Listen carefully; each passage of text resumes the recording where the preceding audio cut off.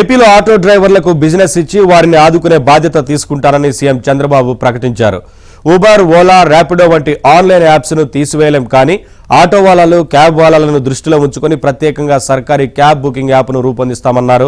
ఈ యాప్ ఆర్థికంగా ఊరట కలిగిస్తుందన్నారు. ఆటో స్టాండ్ల వద్ద రోజంతా పడిగాపులు పడాల్సిన అవసరం ఇకపై ఉండదని ఈ యాప్ నిర్వహణ కోసం కంట్రోల్ రూమ్ ఏర్పాటు చేస్తామన్నారు. అందులో ఆటో, క్యాబ్ డ్రైవర్లే సభ్యులుగా ఉంటారని సీఎం తెలిపారు. ఆటో డ్రైవర్ల సంక్షేమం కోసం వారినే సభ్యులుగా చేసి త్వరలో ప్రత్యేక బోర్డును ఏర్పాటు చేస్తామని పేర్కొన్నారు. నిన్న విజయవాడలోని సింగ్ నగర్ మాకినేని బసవపున్నయ్య స్టేడియంలో ఆటో డ్రైవర్ల సేవల పథకాన్ని ఆయన ప్రారంభించారు.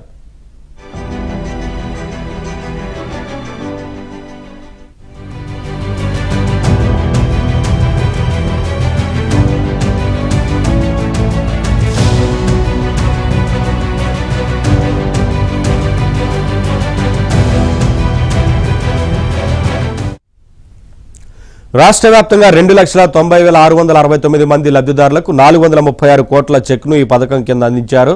సమావేశంలో చంద్రబాబు ప్రసంగించే సమయానికి ఒక్కొక్కరి బ్యాంకు ఖాతాలో 15,000 జమైనట్లు మెసేజ్లు వచ్చాయి. డబ్బులు పడ్డాయా అని అడిగినప్పుడు ఈ మెసేజ్లను ఆటో డ్రైవర్లు సంతోషంగా చంద్రబాబుకు చూపించారు.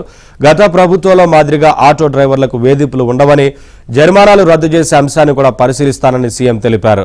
అలాగని రోడ్ల మీద ట్రాఫిక్ నియమాలను ఉల్లంఘించవద్దని, ఎక్కడ పడితే అక్కడ సీసీ కెమెరాలు ఉంటాయని అనవసరంగా ఇబ్బందులు తెచ్చుకోవద్దని హితవు పలికారు. విజయవాడలో పూర్తిగా సీఎన్జీ ఆటోలు నడుస్తున్నాయని, ఇది చాలా మంచి విషయమని, ఇక ఈవీలను ఎక్కువగా ప్రోత్సహిస్తామని సీఎం తెలిపారు.